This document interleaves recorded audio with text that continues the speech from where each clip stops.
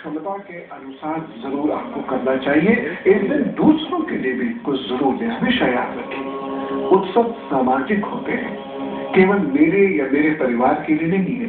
और उत्सव का तब तक कोई अर्थ नहीं जब तक आप उस दिन कोई सेवा कार्य न करें। इसलिए जरूर करिएगा। सुनते रहिए। मेष राशि, चांदी खरीदनी है आपको और तांबे का दान करना है।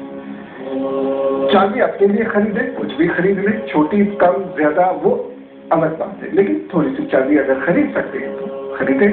और तांबे के 5 बर्तनों का दान किसी गरीब को जरूर कर दीजिएगा। यह गरीब बुजुर्ग होना चाहिए। वृषभ राशि, आपको भी थोड़ी सी चांदी खरीदनी है, लेकिन सोने का दान करना है। कर सकते हैं तो अच्छी बात है, नहीं तो पीतल के 5 दीपक मंदिर में जाकर रख दीजिए। यदि कर सकते हैं तो ठीक है। आपकी राशि यही कह रही थी, इसलिए मुझे ये बताना पड़ा। लेकिन नहीं कर सकते तो पीतल के 5 दीपक मंदिर में अवश्य रख दें, अथवा किसी गरीब को दे दें, उनके घरों में उजाला होगा। मिथुन राशि, आपको भी तांबा खरीदना है और सोने का दान करना है। नहीं कर पाए तो पीतल के दीपक गरीबों को दे दीजिएगा, लाभ होगा। उन्हें भी अच्छा लगेगा, आपका भी लाभ होगा।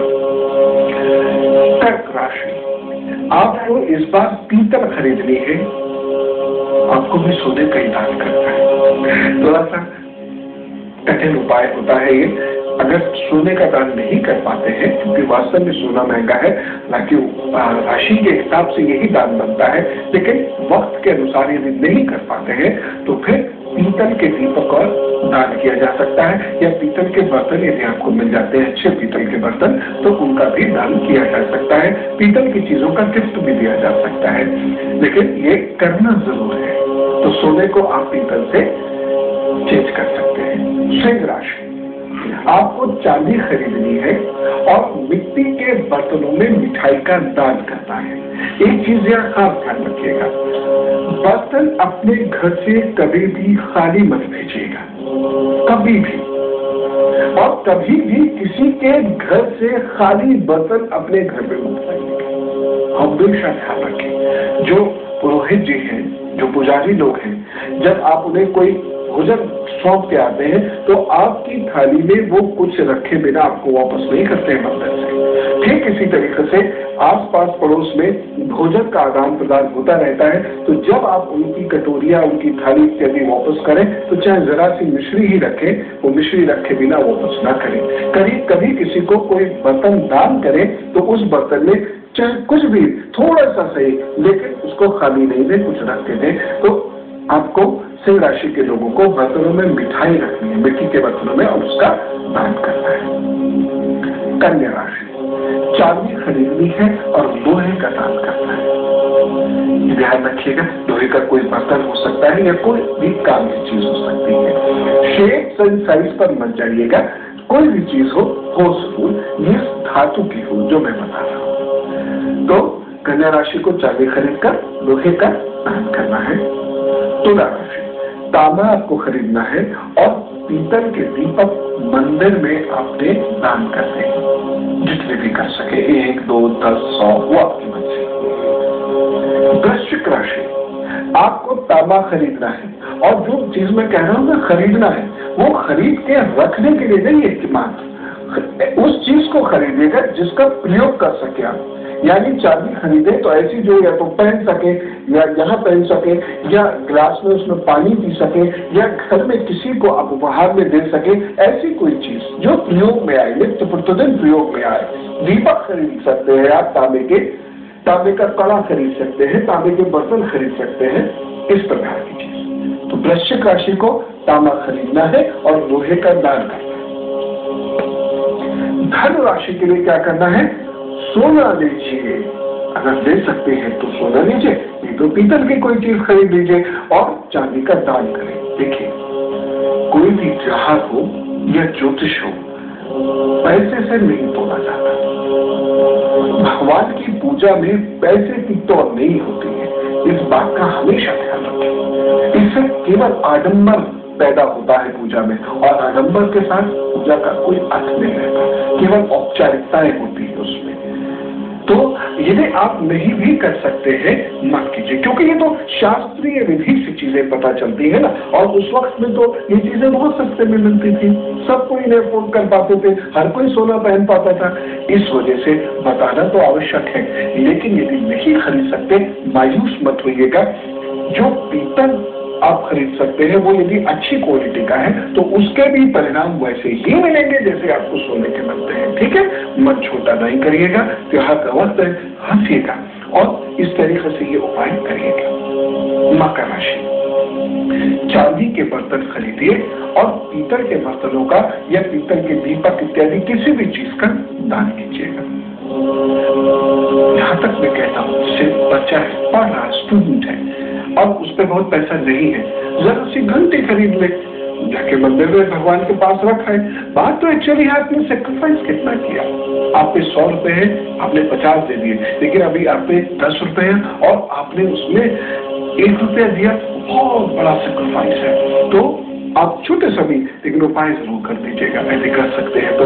नहीं तो भगवान के सामने तो निरंकार भाव से बैठ कर जाए तो उनकी कृपा प्राप्त होती है, वो भक्त का कभी ऐसा नहीं करते। कुंभ राशि, तांबा खरीदिए और चांदी का दान कीजिए या फिर चांदी उपहार में भी आप दे सकते हैं। विशेष रूप से जिन लोगों का बृहस्पति बहुत कमजोर है या जिन लोगों का शुक्र बहुत कमजोर है, ऐसे लोगों को जीवन में कभी हो सके तो कन्यादान जरूर करना चाहिए। धनतेरस के अवसर पर उसको कर सकने वाले कन्यादान के लिए आप सामान खरीद के रख लीजिए। अपनी कन्या ना हो तो किसी अन्य की कन्या में कन्यादान जितना भी आप कर सकते हैं हाथ जरूर बताइए, देखिएगा उसके बाद आपको बृहस्पति और शुक्र बुरे पदार्थ ही देंगे। मीन राशि की बात करते हैं, सोना या चांदी आप खरीदिएगा और गुरु को और कुष्ठ रोगी को जो उस समझ में आपके आता है या संभव हो सकता है वो वस्त्र दान कीजिएगा। ये मीन राशि के लिए तो बृहस्पति की स्थिति थोड़ी कमजोर चल रही है, इस दान से आपको लाभ होगा, धन का भी लाभ होगा, धान्य का भी लाभ होगा। अब ये जानते हैं कि इस दिन पूजा कैसे करी जाती है। शाम के वक्त में आपको 13 दीपक प्रज्वलित करने हैं, 13 दीपक। और दूसरी बात, तिजोरी में कुबेर का पूजन करना। मैंने अभी आपको कुबेर यंत्र के बारे में बताया था, सिद्ध करिए और अपनी तिजोरी में रखिए। खास तौर से वो लोग जिन्हें बड़े निवेश करने की इच्छा है या वो लोग जो कुछ ऐसा कार्य कर रहे हैं जिसमें कहीं अचानक धन आएगा और उस धन को उन्हें आगे भेज देना होगा, या फिर आपको घर में शादी के लिए पैसा जोड़ना है तो उस जगह पर जहां आप धन रखते हैं वहां पर कुबेर यंत्र आप जरूर रखिएगा। तेरस के दिन शाम को जो पूजा का समय है 8:30 बजे के बाद से 8:05 तक, प्लस माइनस थोड़ा थोड़ा बाकी शहरों में हो सकता है, किसी बर्तन में तिल के तेल से युक्त दीपक प्रज्वलित करें। ये बर्तन कोई भी हो सकता है, पीतल हो सकता है, तांबा हो सकता है, मिट्टी हो सकता है। ये दीपक सबसे अच्छे लेकिन रहते हैं आटे के। यदि आप आटे के दीपक बनाते हैं, ये आटे का दीपक आप बनाते हैं और उस आटे के दीपक में आप तिल का तेल डालते हैं और उससे यदि आप एक दीपक प्रज्वलित करते हैं तो बहुत अच्छा होता है। ऐसे 13 दीपक प्रज्वलित करने से बहुत सौख्य आता है। प्रयास तो ये भी किया कीजिए कि हम लोग कभी कभी बड़े फंक्शंस इत्यादि में जाते हैं तो वहां पर हम मोमबत्ती से दीपक प्रज्वलित करते हैं। हो सके तो इसे अवॉइड करें और वहां भी आटे के दीपक लगाएं। प्रभु ने चाहा तो वो मंगल कार्य बहुत अच्छे से निपटेगा। ये एक इसे चाहे आप टोटका समझ लीजिए या भक्ति समझ लीजिए, लेकिन इसका बड़ा अद्भुत प्रभाव होता है। घर में भी यदि आपके मंगल कार्य हो तो आटे के दीपक बनाइएगा और उसमें घी अथवा तिल का तेल लगाकर और प्रज्वलित कीजिएगा। ये 11 हो, 21 हो, 51 हो। अभी एक ब्रेक का वक्त हो रहा है। इस ब्रेक के बाद मैं पुनः वापस होऊंगा और आपको इस पूजा की विधि के बारे में डिटेल से